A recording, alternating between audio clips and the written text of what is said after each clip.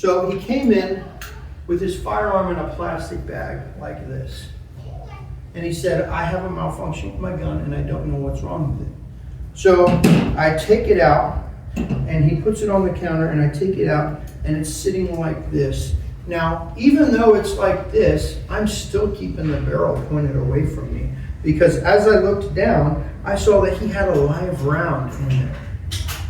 And I don't want that thing pointing at me if it happens to be a faulty round or something. We have things called hang fires, which means it still goes off later. It's delayed and it can still go off. The guy didn't tell me he had a round stuck in there. So when I looked down, I'm like, dude, you got a round in here. He's like, I know, that's why I'm here. I'm like, thanks for telling me, you know? So don't assume that it's unloaded until you know yourself that it's unloaded. The only time I point this barrel at me is if I've taken it all the way apart and I know that there's not a round in it. Matter of fact, I had a guy who claims to be a firearm instructor. I don't know 100% sure. But anyway, he said he was doing a recertification for a retired law enforcement officer up at Volunteer Firearms.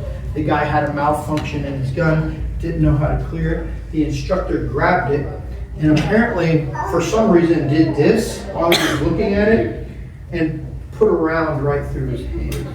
Now, that's what he said he did, so I don't know, you know, but he still put the barrel in front of his hand, he blew it around through his hand. So never put any part of your body in front of that barrel unless you know 100% it is not loaded. Commit these to memory, remember them, and practice them all the time. Treat it as it's loaded, check the status, always point it in a safe direction, keep your finger off the trigger. The two most common causes of firearms accidents nationwide are because of ignorance and carelessness. Ignorance is that lack of knowledge. A person who's never been trained properly to handle a gun, picks it up, plays with it, shoots themselves or somebody else. And carelessness is someone like me who's been doing this a long time, and I get careless, I'm not paying attention, and I shoot myself, kind of like that other instructor. We do not want to fall under any one of these categories. You're here today to get some basic firearm knowledge. You know, as you go down the road, we teach more in-depth firearm training. So we want to get rid of that lack of ignorance and not be careless. We constantly want to be cognizant about our firearm, checking the status, keeping our finger off the trigger, always point it in a safe direction, always treating it like it's loaded. One thing I tell a lot of people is, so this is a real firearm. It's been cleared before it came in here. The only person that has live ammunition in here is the deputy right here. This is a real firearm, but these are fake rounds. Biggest thing I tell people is this. Now I get more into this in our other firearms training courses and stuff, but let's say these are live rounds. I load this in. Is there one in the chamber? No telling. Do I have one in the chamber right now? I do, right? I slammed it in there, I cocked it, there's one in the chamber. Can you tell? Yeah, there's no telling. If there's one in the chamber. If I set this down, could you tell there's one loaded in the chamber? Not without picking it up and looking, so we're always going to treat it like it's loaded. Well, how do we make this safe? Step one is to take the magazine out. Step two is to rack the slide to the rear. It ejects the casing. Step one, magazine out. Step two, charge it to the rear, eject the casing. 2 steps. Pretty easy, right? Step one, take the magazine out. Step two, charge the slide to the rear, eject the round. What happens if I do that backwards and I go, what just happened? You shot it.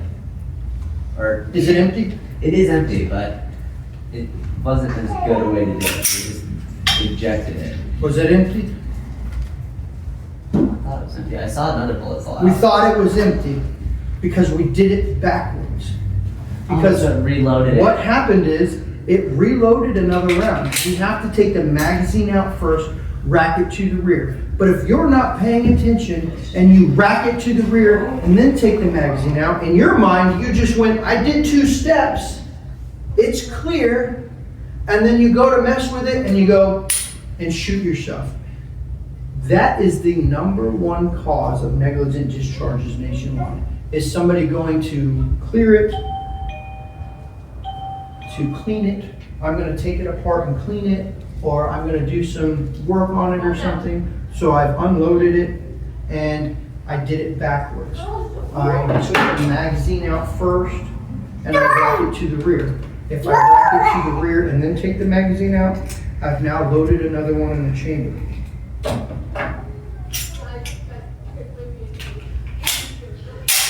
Loaded.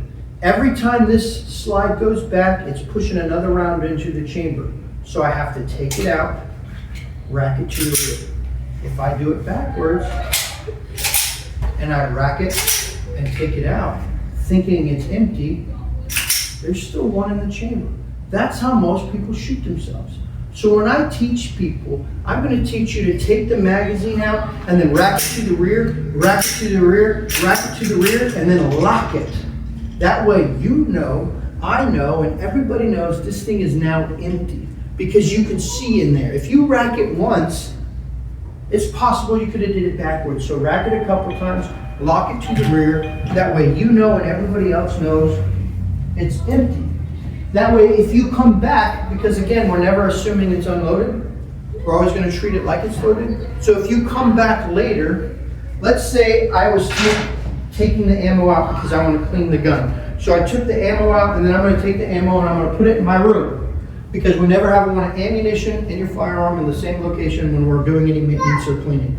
So I take the ammunition out, I'm coming back. Well, guess what I'm going to do? I'm going to visually and physically inspect to make sure it's empty before I start my breakdown and cleaning up. It's so important that we constantly do those checks.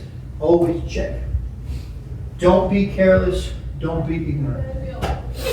Because this is a firearms class, now I told the other ones that we get more technical in this class. Suicide awareness is huge. 67% of all suicides nationwide are due to firearms or explosives. Now we teach this in the permit class. These numbers are as of 2022, so they might be a little different now. But I tell people this is true for men.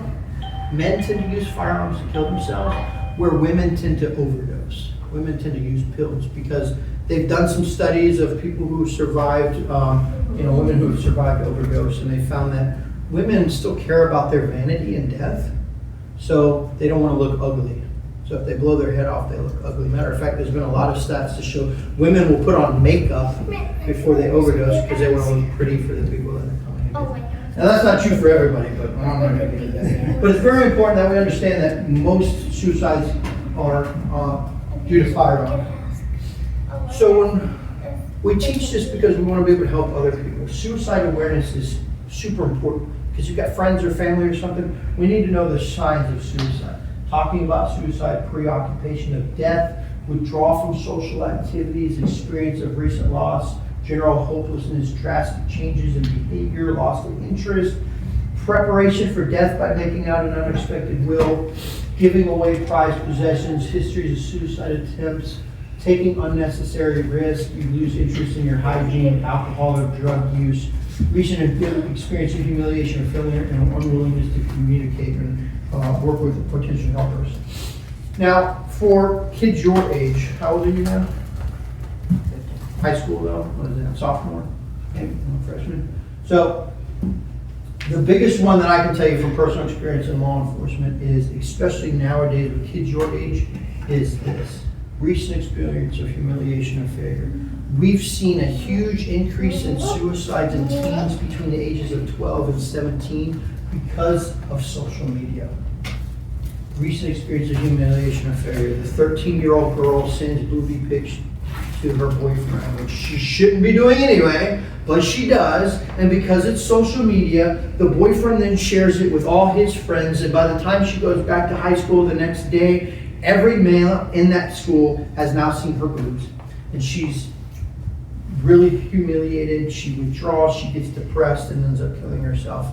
And we've seen this increase in 12 to 17 because of social media, because everything's out there now, right? When I went to school, You didn't know what I did until I got back to school the next day. Now it's like you're plugged in. Everybody knows what you're doing every chance you get. So for you, keep this in mind with your friends. If you start feeling depressed and stuff, withdraw from social activities, it may be a time to talk to them, tell an adult, tell your dad or something, and get them the help they need. There are resources out there. Tennessee's got a suicide prevention line. You've got a nationwide suicide prevention line. We even have veteran suicide prevention lines. So what is a handgun? In Tennessee, a handgun is defined as a firearm that has a barrel length of less than 12 inches and is capable of firing with one hand. The reason we say that is because these new AR pistols that fire with the arm brace and stuff, those technically under Tennessee law are considered handguns. And ATF considers them handguns too. So if it's less than 12 inches, capable of firing one hand, it's a handgun. Toy guns.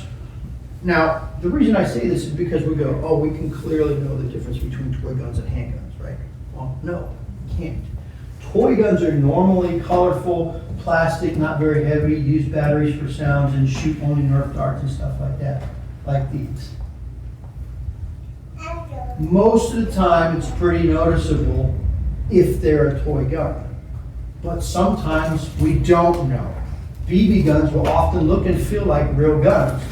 They can come in many different colors. Handguns, rifles, shotguns only shoot BBs. They can still cause serious injury or worse, kill somebody if not treated correctly.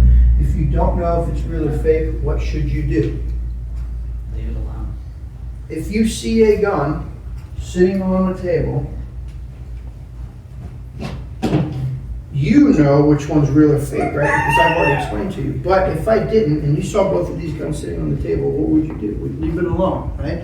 If I don't know if it's real or fake, we're not going to mess with it. Now, I told you those safety principles, right? Finger off the trigger, keep the muzzle pointing in safe direction, always treat it as it's loaded. But that's under certain circumstances, right? You're shooting with your dad or with a trained professional, we're actually holding it. If you're not shooting with your parents or in a trained environment or like a range environment, reactively shooting, we're not even gonna mess with them, right? We're just not gonna pick it up. We're not gonna go, which one's real, which one's fake, right? We're just not going to touch them, right? The best thing to do is just don't touch it. If you see a gun when you're not with your parent or a trained professional, just don't touch it. Just don't mess with it. There's no reason whatsoever to be picking it up. No reason. You don't need to see if it's fake. You don't need to see if it's real. So if you see one that you don't know if it's real or fake, we're going to leave it alone. This is the BB gun. Look at that. These guns nowadays are almost exact replicas of the real guns. Do you have any airsoft or BB guns or anything like that? Have you ever messed with them or shot them or Nerf guns or anything like that? Have you seen them? Have you seen like the airsoft guns and stuff? I mean, they're pretty freaking realistic. They operate the exact same now. The magazine comes out, you cock it to the rear, it's got safeties. They're exact replicas now. And you just don't know. So if you don't know, don't mess with it. Again, unless you're with your parent or a trained environment, there's no reason you should be handling a firearm in the first place. Look how real these things look. I mean, you're just not gonna know. This one is like an exact replica of a TTI. I mean, that's like a perfect model right there. That's just crazy. Primitive firearms are early gunpowder-based weapons developed before the rise of the modern manufacturing and technology. They represent the transition from hand-to-hand combat to range warfare and laid the foundation for today's firearms. Key characteristics of primitive firearms: they're black powder. So these are those old, like Revolutionary War that you've seen in the movies. They got to put the cloth in, the powder in, the ball in, they gotta shove it down, come up and shoot, cock it back and all that kind of stuff. But those things will still kill you, right? I mean, arguably they'll blast a bigger hole in you than most of these nowadays, because they shoot these really big balls. They're shooting like marbles. They use black powder propellant. Used instead of the modern smokeless powder, it produces thick smoke and requires careful handling. Single shot muzzle loaders where you have to load it manually. Simple ignition system, if fire was applied directly to the powder charge to make it go off. They have a very slow rate of fire, but they still work. And we know because a lot of people die. That's a black powder rifle. Very complicated. I mean, I'll be honest, I don't really know crap about black powder rifles. I've never shot one, I've never loaded one other than what I've researched and studied.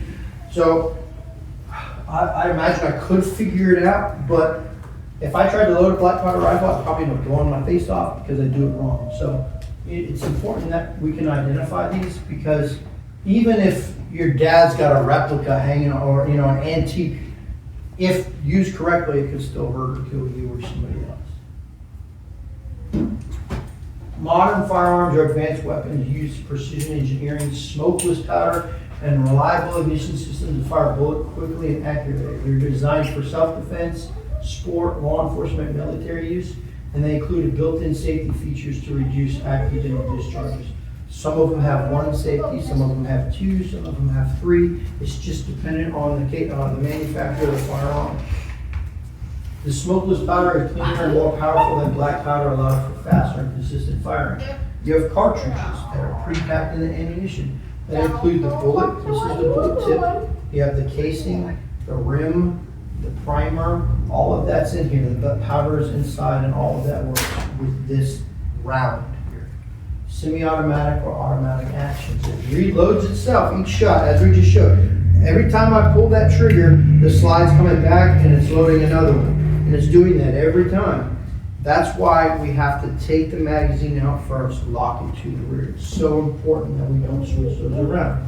So what's the difference between semi-automatic and automatic? Yeah. An automatic is one where you can hold down the trigger and it will continue firing, and a semi-automatic is one that pushes the trigger back up, so you can press it really fast. Yeah. So automatic means all I got to do is hold the trigger down and it's going to shoot. Semi-automatic means I have to pull the trigger every time to shoot it. I have to pull the trigger every time. Safety mechanisms include manual safeties, trigger safeties, and grip safeties. So this only has a trigger safety here, which is right here on the trigger. Normally you'll have like a slide safety or a frame safety, thumb safety, they call it, that'll up and down here. And then some of them have grip safeties right here that you'll grip it down. Some of them have all of them. So there's two types of handguns. We have revolvers and semi-automatics. And they come in a bunch of different looks and calibers and, you know, colors and stuff. All of these are real guns. But some of these are exactly what these airsoft guns are looking like. This could be an airsoft gun right now, but are we going to assume it's an airsoft gun? No, we're going to assume it's a real gun until a trained professional or our parent can say otherwise. And if we don't know, we're just not going to handle it. So many different looks and styles. A long gun is a firearm with a barrel of 12 inches or more that is capable of shooting from the shoulder and with both hands like a rifle or shotgun, used for hunting, sports, or self-defense. Which means the state of Tennessee says that if you're over the age of 18 now, you can carry a handgun for personal protection on your person. Handgun carry under 12 inches. That doesn't apply to long rifles and shotguns, so we can't strap our rifle to our back and walk down the sidewalk with it. Now I know there are some differences with like hunting and fishing, right? But for the most part, we can't throw an AR on our shotgun on our back and walk down the sidewalk with it. Only applies to handguns. And there's a bunch of different styles of long guns. I've seen some airsoft that look exactly like these. It's crazy how detailed these are. Bunch of different styles, and we need to be familiar with what they look like because we could come in contact with them. So what does safety mean for us? Well, we need to be safe when we're handling handguns. Safety means that when making choices to protect yourself and others from harm involve recognizing risks, thinking ahead, and acting responsible to prevent accidents and injuries or dangerous situations. Safety isn't just about what you do, it's what you choose to do. We have to choose to be safe. We have to make conscious decisions not to put our finger on our trigger. We have to make conscious decisions to take the magazine out, rack it to the rear. We have to make conscious decisions not to point at ourselves or somebody else. That's all about being safe. The decisions we're making to protect ourselves and other people. Because let's face it, if I'm not safe with this, it's not just my life, it's somebody else's. And more likely than not, somebody else gets shot in the process. So we have to be safe. safety. What does being responsible means? It means your actions match your values. Being responsible means making good choices and doing the right thing even if no one's watching. If I'm at home by myself, I see a gun that I'm not supposed to be messing with, I'm not gonna mess with it because I know it's the responsible thing to do. I know just because no one's watching, Dad's not here, he's not gonna find out, let me play with it and put it back. That's not the responsible thing to do. That responsible thing is not to mess with it because I know I'm not supposed to. We have two types of handguns. We have revolvers and semi-automatics. And these are the common parts that you'll see. You'll see a frame, action, and a barrel. This is a typical, this is a 1911 style firearm. You have the frame here with your trigger guard, your front straps, your grips, your back straps. The frame is what holds everything together. Your action is all the moving parts, like your slide stop, your trigger, magazine release, and your safety. See, this has two safeties on it. It's got a thumb safety or a slide safety, depending on who you ask. It actuates up and down. And a grip safety here. You have to make sure you really grip it. So this has two redundant safeties on it to make sure you're not going to negligently pull that trigger. Mainly because this is a Colt 1911, which is technically single action, and that gets into a whole different stuff. So the hammer has to be cocked back in order to fire it the first time. So it creates two redundant safeties on it to make sure you don't negligently fire it. And then your barrel is where everything happens.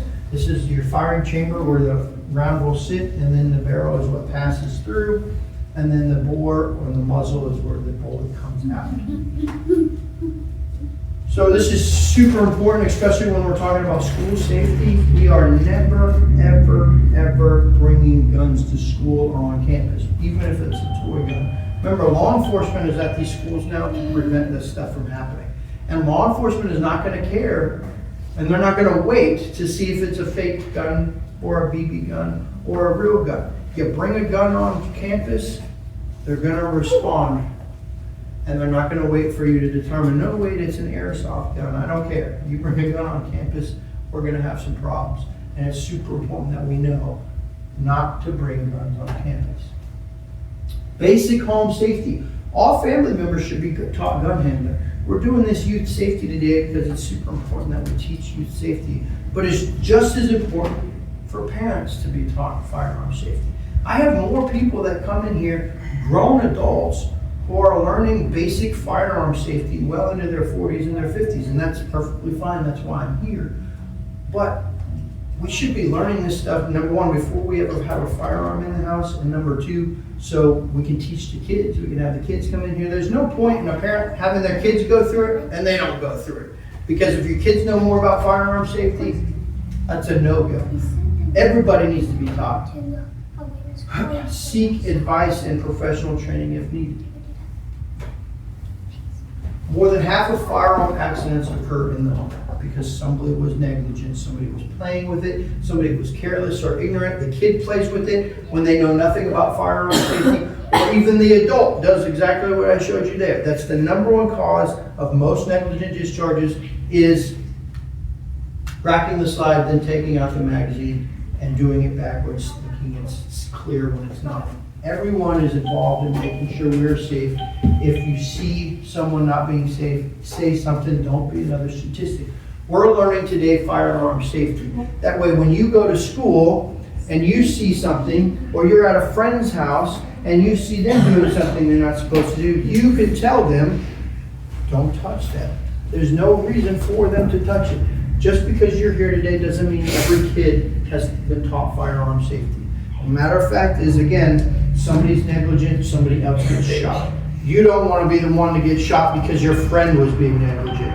So you need to be able to tell them, there's no reason for you to touch that. You're over at your friend's house, he sees his dad's gun, and he's like, look at this. And you're like, no, don't touch it. There's no reason for you to touch it. If he doesn't want to listen, what are you going to do? You're going to leave. If your friend wants to start playing with a gun and he doesn't want to be safe and responsible, then you're going to leave. You're going to leave, you're going to get out of the area, contact law enforcement, contact your mom or something or your dad and tell them, you know, my friend was playing with his gun at his house, he wouldn't listen to me, so I left because I don't want to be the one to get shot. So everyone is out here to make sure we're safe, and if you see something, say something. Don't be another statistic. Children are never too young. Now, it says never too young. Arguably, I got an 18-month-old running around. I can't teach him firearm safety, but I'd say as young as 5, these kids need to start learning firearm safety. I have 6 kids, and every one of them, except for the baby, has been taught firearms. Every one of them has shot my guns, they've shot my rifles, they've shot my shotguns. They've sat through classes just like this, and they know not to mess with them. And then we got, we should be teaching these kids, always treat it like it's loaded, keep your finger off the trigger, never point it at anyone. Storage consideration, Tennessee does have laws about storing your firearm. Tennessee does say that we're required to keep our firearms stored and away from unauthorized personnel and kids. We can be held liable if somebody gets our gun and uses it, number one, in a crime or negligent and shoots themselves or somebody else. Store your handguns where they're not accessible. Unauthorized persons or untrained persons. Children are naturally curious, so we got to keep them away. And this is what we've been teaching all day: stop, don't touch, leave the area, tell an adult. That's what we teach the kids. There's no reason to touch it whatsoever. Even grown adults, stop, don't touch, leave the area, tell an adult. If it's not yours, if you don't know it's real, if somebody else is messing with it, stop, don't touch, leave the area, tell an adult. There is really no reason I should be picking up this gun to see if it's real or fake or play with it, unless you're law enforcement and you're going to be the one taking it and securing it. We have several different storage considerations out there. You got your basic magazine well lock. We got cool fingerprint safes now, gun safes. There's a bunch of different ways that we can keep it locked and secured, prevent unauthorized access, but still be able to get it out quickly to engage a suspect or a subject if we need to who's breaking into our house. Vehicle storage. Now, when I teach the permit class, we really go into detail about this, but there are ways to keep it locked up. The state of Tennessee says that if you're in the vehicle, you can have it on your person or somewhere in the vehicle that's kept from ordinary observation. That's exactly what the Tennessee code says. Kept from ordinary observation, which means I don't have it sitting on the dashboard, it's not hanging on the rack in the back window, I'm not playing with it, it's kept from ordinary observation while I'm in the car. Now, if I leave the car, but keep the firearm in the car, I now have to take an extra step to lock it and secure it. So I can have it on my person when I'm in the car, but if I leave, I have to secure it some way like this, in the glove box, locked in the glove box, in the trunk, locked in the trunk, or in one of those hard cases with a lock on it. If you have like a truck or a hatchback or something and you can't put it in your trunk, you lock it in a box because we are responsible for it.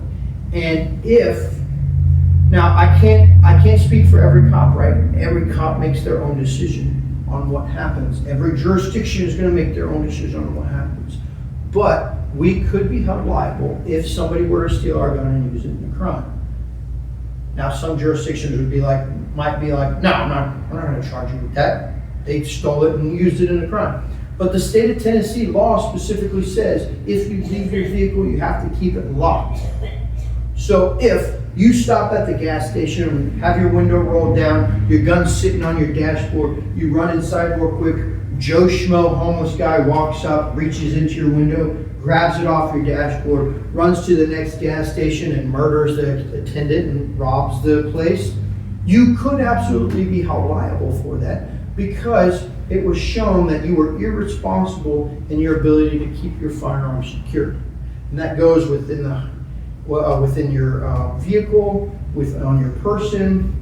It kind of gets nitty gritty in the house because you have the expectation of privacy and stuff. But if someone is in your house, you've allowed someone into your house, you have your firearm sitting on top of your nightstand, somebody grabs it and shoots themselves, you're responsible. If you have your firearm sitting on top of your nightstand and your windows and your doors are locked and somebody forces their way into your house and then steals your gun, it gets into the nitty gritty there. Again, it depends on the jurisdiction. Places like Shelby County, that's a very liberal county, might try to stick you under the rug for that. So it depends. Because the state of Tennessee, it says in the code that you have to keep it secured. So technically, if you violate the code, you're committing a crime and you could be charged for it. So keep it secure. Well, I mean, here's the thing about that. Even if you're not charged, you still gotta live with the fact that, hey, I could have done something different, and that guy might still be alive. Absolutely. So you still got the mental aspect of it and how it's gonna affect you mentally and emotionally. Absolutely, yeah. I would hate to know that somebody used my gun in a crime and killed somebody when I could have taken the steps to keep it secure. Even if, to his point, yeah, absolutely, 100%. Glass fronted display cases, they look cool, but they're not secure. These are not meant as, safes. Just keep that in mind. It's not really technically a secured device. Your firearm is your responsibility at all times. You should keep it unloaded and securely stored in a location inaccessible to a person. When firearms are removed from storage, they should be carefully checked to confirm they're unloaded. Again, always treat it like it's loaded. Ammunition should be stored under lock and key separate from firearms. Okay, so this is pulled straight from Tennessee code. It does say that we should keep the firearms and the ammunition secured and locked in other locations. However, the biggest thing I always hear from people all the time is, well, how am I going to engage an intruder if they come in? I don't want to open this safe, grab my firearm, go open this safe, load it, and by the time that happens, I'm already blown away because the intruder shot me. I have to, as an instructor, I have to tell you what Tennessee code says. I can't tell you to do something because then I'm telling you to break the law. This is what Tennessee code says. However, I keep my firearm loaded. I always have one in the chamber ready to go, and I have a safe there are safes now that have quick access, fingerprint safes, RFID cards. We're actually getting some in next week. They open like this. You have different combinations. It opens. It's called a stop box. It keeps retention on it, but it makes it for ease of access to get out. You have to do, number one, again, I got to teach you what Tennessee code says, but I tell people, do what your home is going to allow. If you're single and you got nobody in your house and you want to take the chance of having it out, then, you take the chances of whatever happens from there. But if you got kids, I got 6 kids. And I don't, like you said to this point, I don't want to live with the fact that one of my kids shot himself because I didn't keep it secured. So they do make secure storage devices that keep it secure from unauthorized access, but allow for rapid draw in case somebody comes in. So they do make those happy mediums, but you have to do what is going to be safe and comfortable for your home. Keep it away from ammunition, prevent unauthorized, or keep the ammunition away from unauthorized access in children. You want to keep it stored in a cool, dry place, keep it in the original factory container, don't expose it to water and elements and things like that. They have duty life and shelf lives of ammunition, so you want to check to make sure if it's been sitting in your safe for a while and things like that. But the biggest thing to take from this is the key safety fundamentals of firearm safety, which is always treat it like it's loaded. Keep your finger off the trigger. Don't point it at anything you're not willing to shoot.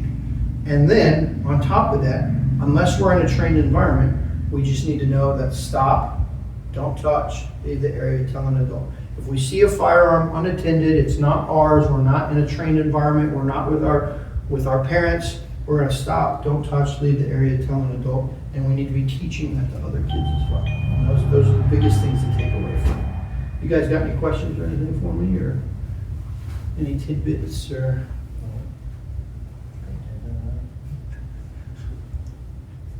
He was really reluctant coming. Actually, I bummed him out because he goes, Dad, how long is this going to take? And I said, well, actually, we'll be done about 10 o'clock tonight. They're going to do an urban assault maneuver. They're going to take you out in the woods. And if you make it out without getting shot by a paintball, then you win. He goes, That's why I'm here with my SWAT gear and my deck board and all that stuff. and he's like, oh. I'm gonna get shot with it. It actually sounds About really that fun. third- Maybe we should do that. We should so do About that. that third I'm like, damn, he believed me. Now, again, this is just a basic firearm safety class to comply with the school guidelines. Obviously, we're not in the school, so the school's still got to do those things. But we do offer basic, intermediate, and advanced firearms courses. Our basic course is 4 hours. Like, we covered some stuff really quickly, right? And Yeah. we really scratched the surface with this. And, you know, we have a 4-hour class where I go over all this stuff. We go over fundamentals of marksmanship, grip, stance, sight alignment, sight picture, all that kind of stuff.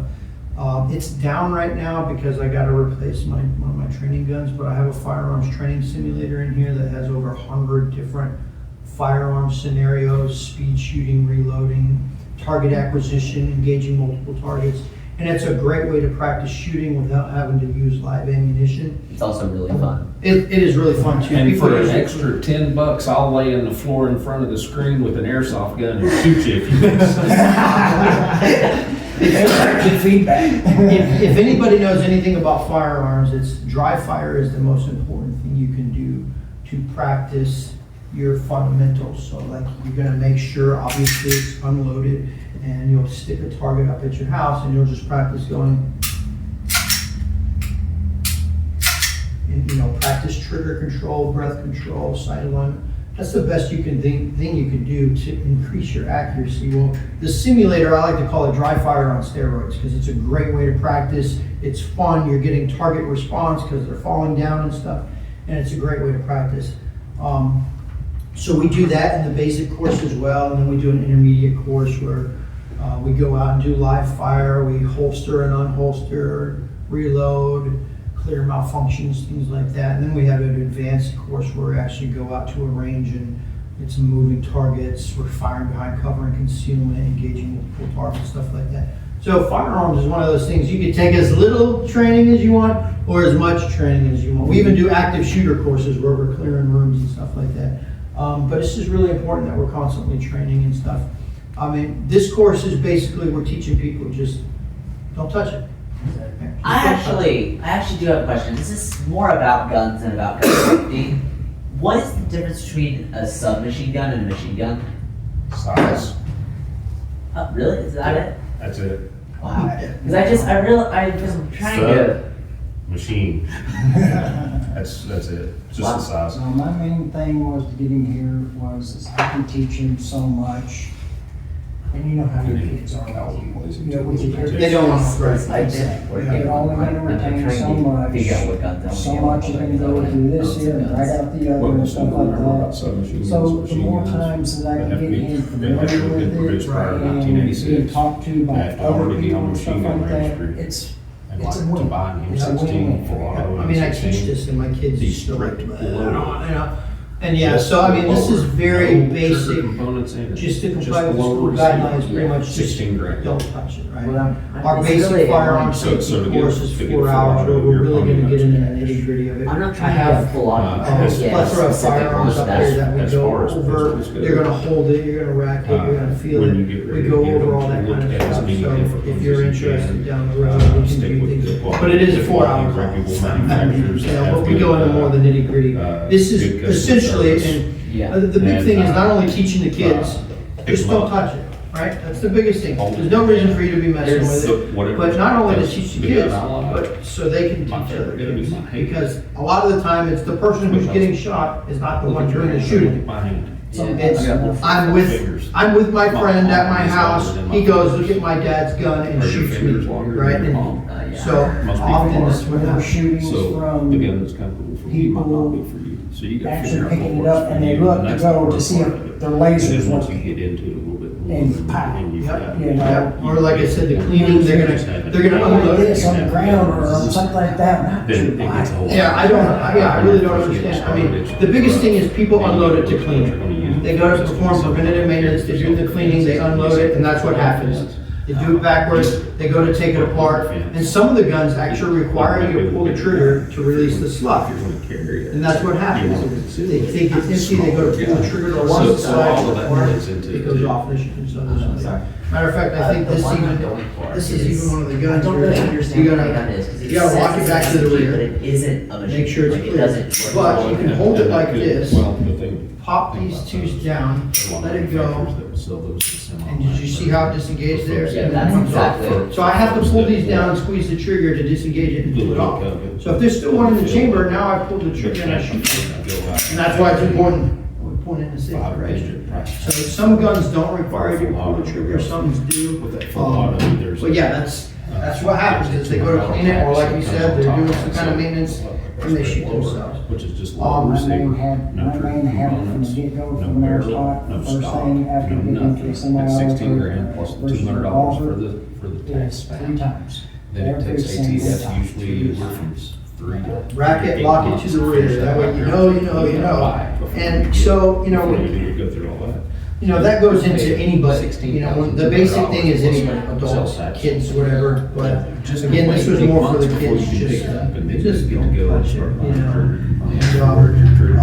getting into the nitty gritty of all that other stuff. All that good stuff.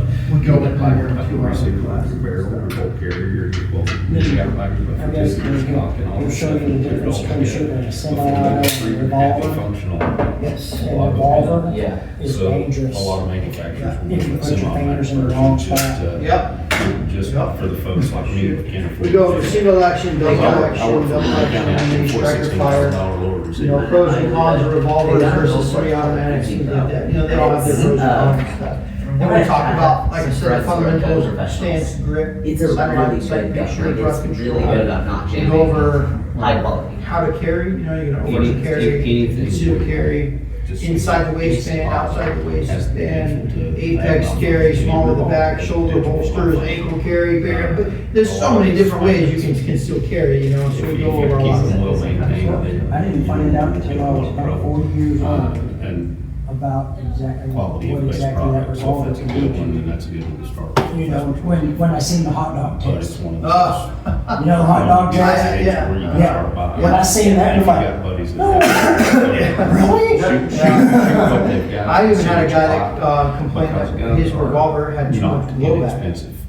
And, because Guns it's are supposed to even seal and not have much blowback on your hands. But some of the earlier models and stuff, it blew back and it was always burning his hand and stuff because of the blowback. And I'm like, well, what kind of, and it was an older firearm, so, it's like most of them prevent that now. And then if you have your hand in front of the cylinder, even though it's not in front of the barrel, if it's in front of the cylinder, you can still feel some of that gas pressure and stuff too. So it's a whole different dynamic to that. And then, yeah, getting your hand in that cylinder and stuff. Well, thanks. I I don't usually like talking to people, but I always like having conversations with people carrying. Here's the thing, here's the Take that thing finger about completely off conversations are and good. just slice it. Yeah. You can't learn how to talk Yeah. to people. That's what. Yeah. Me might be something else. Yeah, exactly, Yeah. But that exactly. doesn't make you a bad person, doesn't make me a bad person. We just have a different point of view, and you don't spark that until you talk to people. Yeah.